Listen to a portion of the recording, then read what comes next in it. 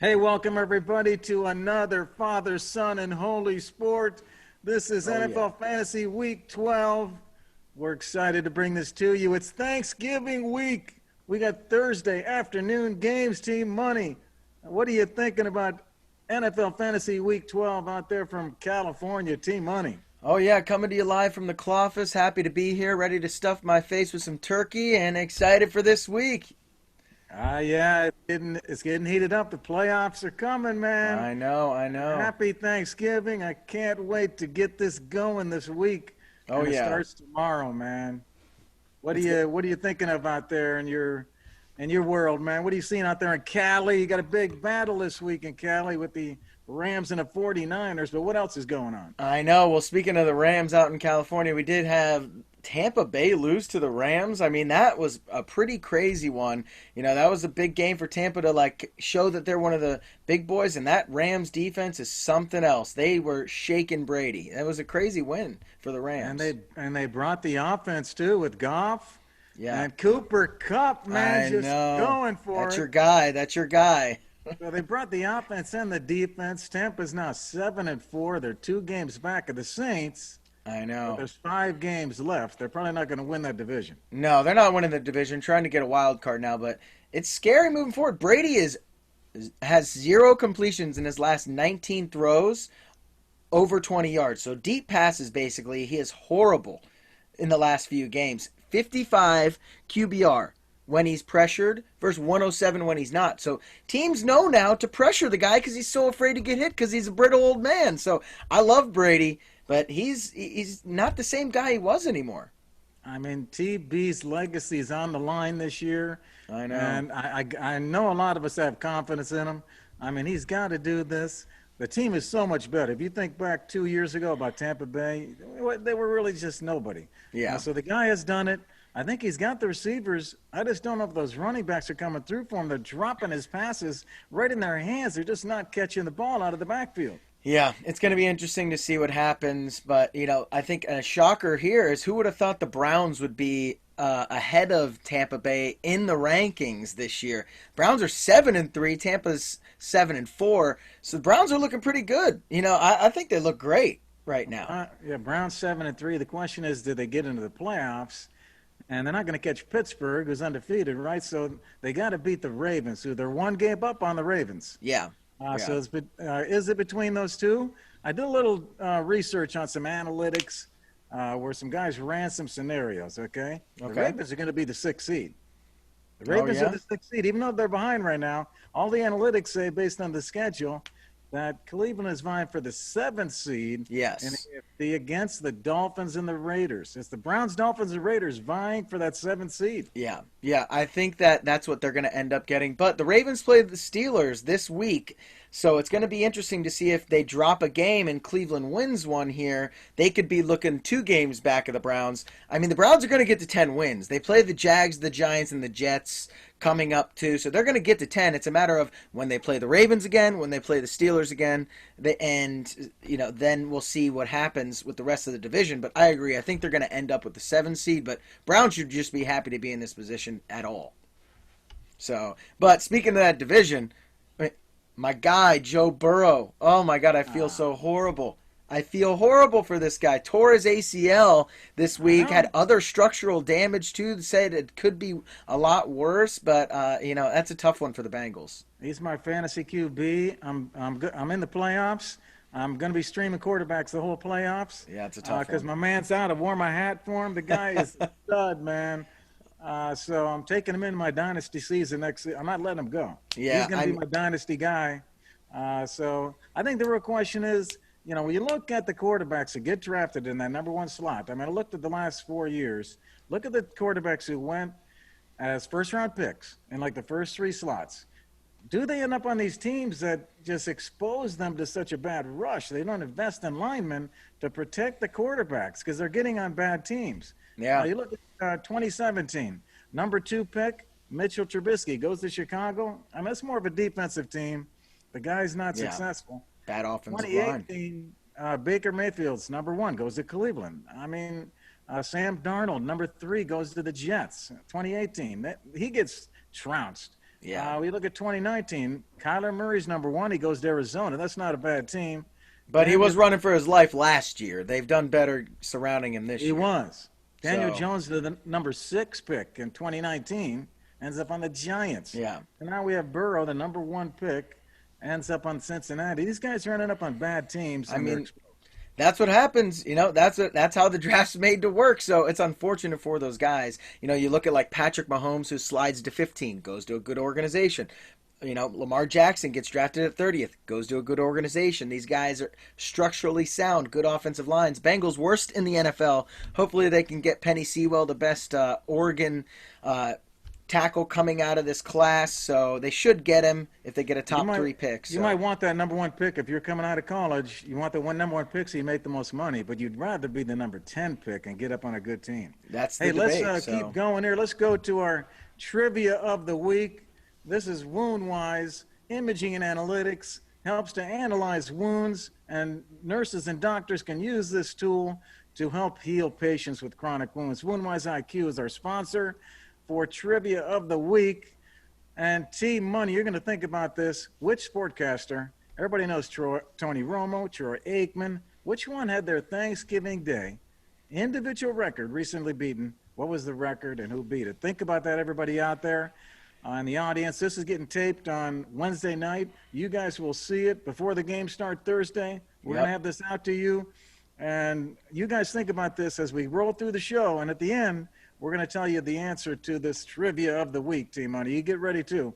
All right, so here we go on to the picks of the week. And we got the first ones coming up. We got the lock from G-Man kicking it off here. We got the Buffalo Bills against the Chargers. I'm going with the Bills on this one. They're favored by 5.5. They're 7-3. They're atop of the AFC East. Miami's one game back, though, and they play the Jets. So the Bills cannot let down here. The Chargers are coming across the country. They're going to end up in cold Buffalo. It's supposed to be sunny, but it's still going to be cold and windy. yeah.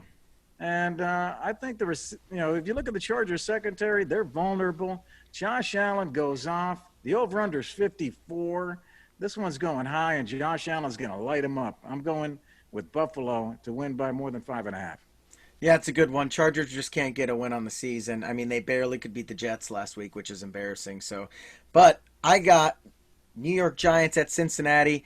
I think this is an easy pick. The Giants actually haven't looked half bad. They're 3-2 over the last 5 games, actually, since he lost Burrow. And I'm assuming they're basically throwing in the towel for this year and tanking for draft picks. Giants are a pretty decent team, so I think this is a pretty easy bet here. All right. I like that. I like that. Giants got to keep winning. They got to keep winning if they're going to compete in that NFC East. They could actually make the playoffs, and they have 3 wins. So, the Giants could do some crazy stuff here if they just get a win. Hey, I'm going to go the over-under lock, the Dan Wren special. We got New Orleans at Denver. I'm going under the 44. I'm going to tell you why. It's because of both defenses. You look at the Saints' D. They're coming off a win against the Falcons. Their defense held Atlanta to 9 points. 248 yards. Those Atlanta receivers shut them down. New Orleans has not allowed more than 13 points in their last 3 games. Did you know that? Wow, I did not. Now That's a good one. Denver's 27th ranked in offense. Okay, and how about the Denver D? The Denver D pretty much shut down Miami. They shut down Tua. Made Tua. They made Tua go to the bench. They held Tua to 13 points. Taysom Hill shined at home. Now he's going to come out to Colorado. Going to be cold. Taysom Hill had a fumble. He had an interception that got called back on a penalty. I don't think he's the offensive juggernaut yet. This one's going under. Yeah, I agree. I like the underpick here, especially with Taysom Hill, backup quarterback in. I still think he looks like Tim Tebow-ish to me. I mean, it was underthrowing everybody. It was not an impressive game, personally. If you watched it, his stat line looked okay. So I like that pick. I got Miami over the New York Jets. I'll take the 7 points. I think Tua's going to come back with a little bit of a vengeance You're giving here. the 7 points. Yeah, I'll take them. Tua's going to be pissed. Jets are horrible. It's a division game. They have to win this, like you said, to keep up with Buffalo. Easy pick for me. Jets can't beat anyone, so they're going to win. It's just by how much.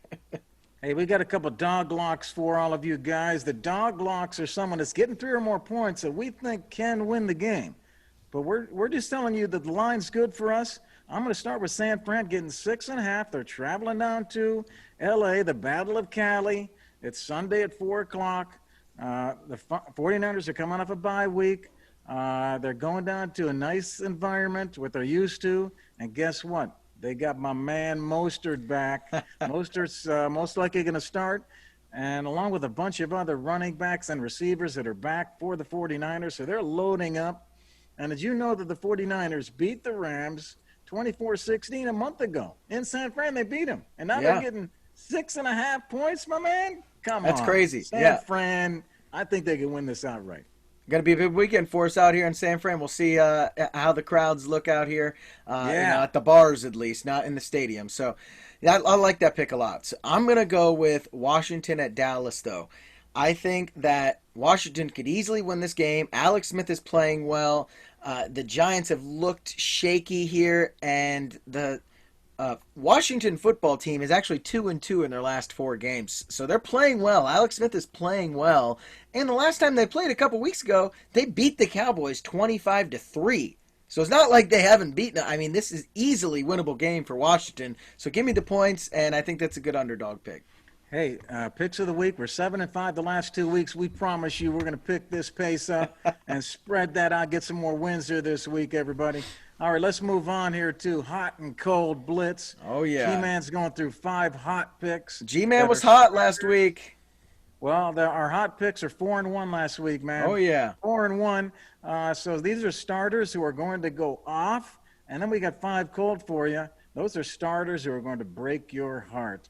And G-Man's going to start off. You're going to cover the first 3, the quarterbacks, running backs, and wide receivers. You can see the other ones. Quarterback, I'm going Derek Carr.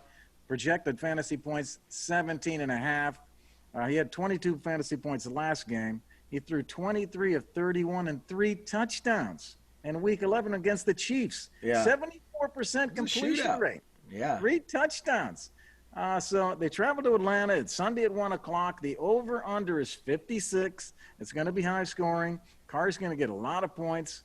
He eclipsed the 30 attempt mark in almost every start this year. He does it again. He goes over 20. Yeah. Easy pick. Atlanta's defense is horrible. He should easily beat 17 here, so I like it. My cold pick of the week, though, I'm going with Ryan Tannehill here.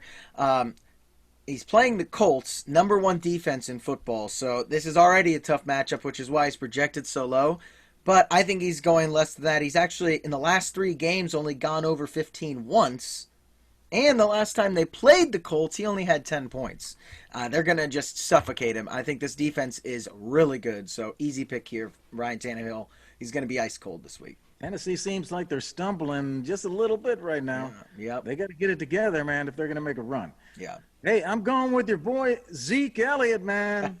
I know he's on your team. I He's know. been such a letdown. He has. I just had to come out with this Thanksgiving special. The Cowboys on Thanksgiving. Zeke's back, running and toting the ball.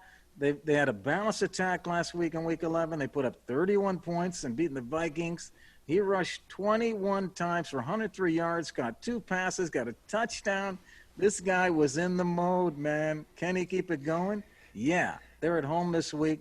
Washington's coming in. It's Thanksgiving Day, 4:30. This is going to be cool.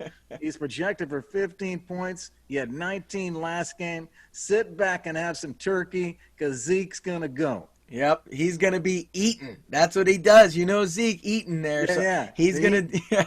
He's gonna do great. I like that pick a lot. I mean, the main reason I think that he's been horrible this year is 4 of their 5 starters on the offensive line have been out for the year. So I mean, who else is?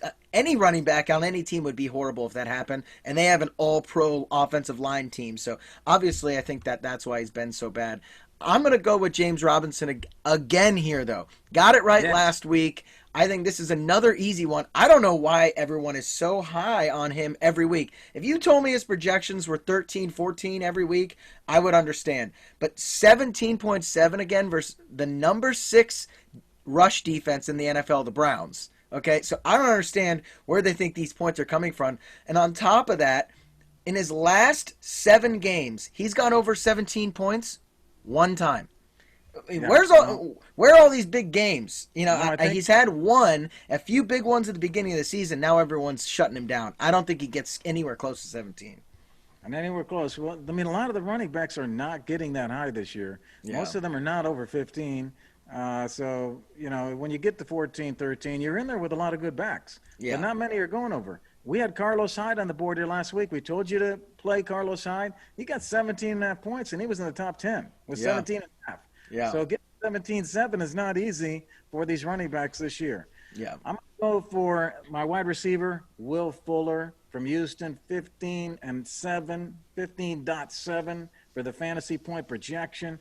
Fuller caught 6 of 8 targets last week, 80 yards, and the Texans beat the Patriots defense. Now they travel to Detroit. It's a 12:30 matchup against the Lions. Thanksgiving early game, baby.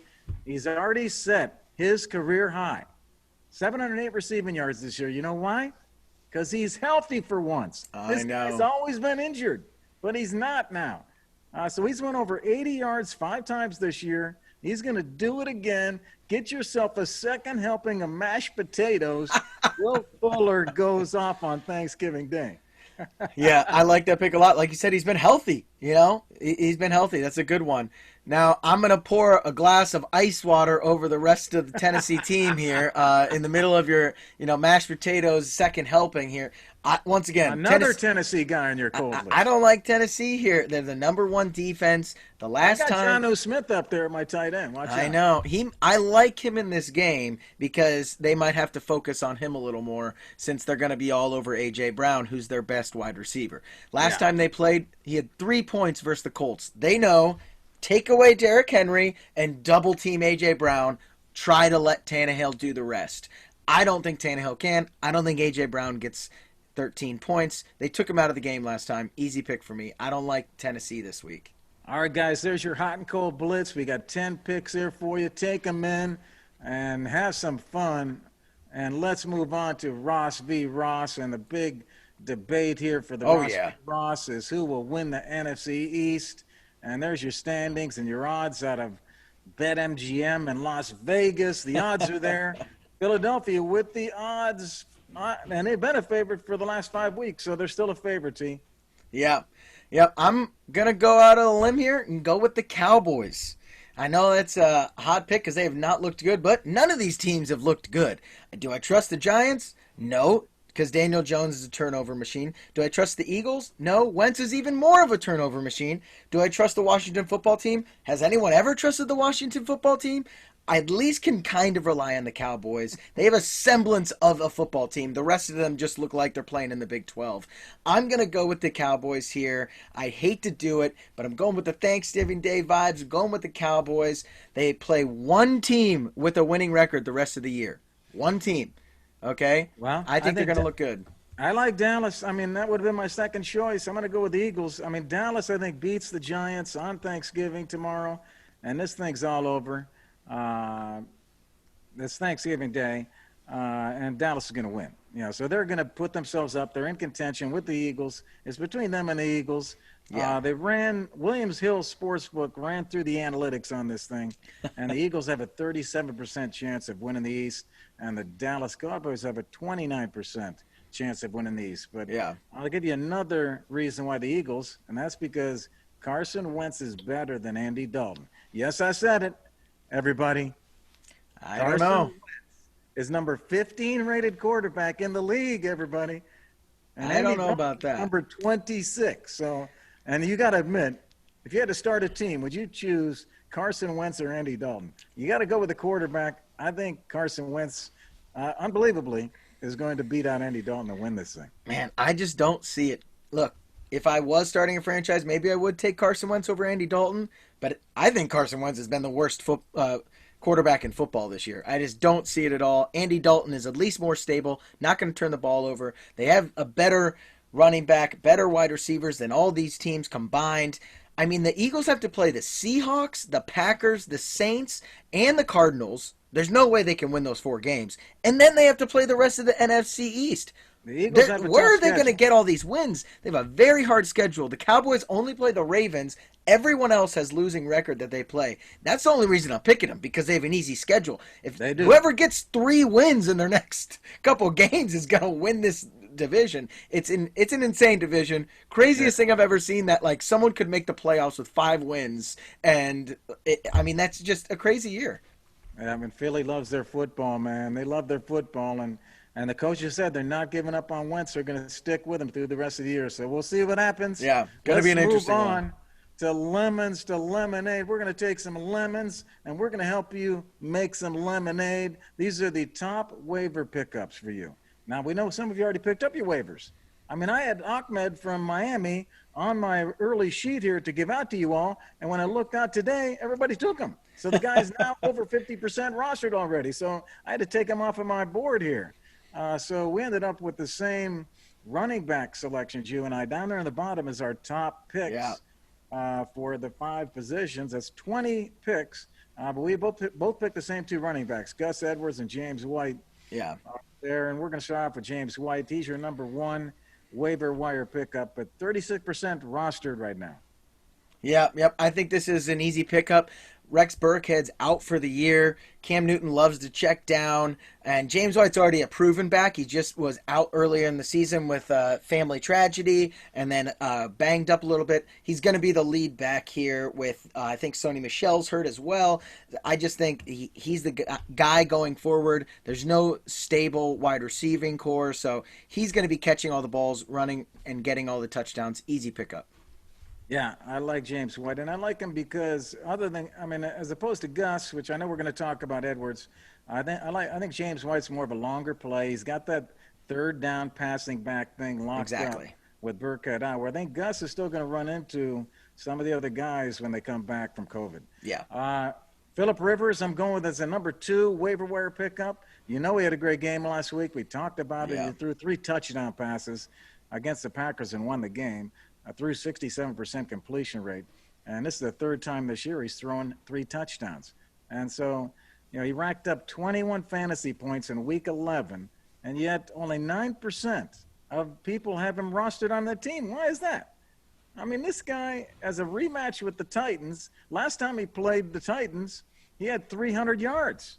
I think this is a good pickup here. Yeah, I like it. I mean, Philip Rivers is old and loves to throw interceptions, so if he can keep himself from throwing multiple, then I think this is a good pickup. But I told you. I mean, he throws like a girl. I told you that last week. I know.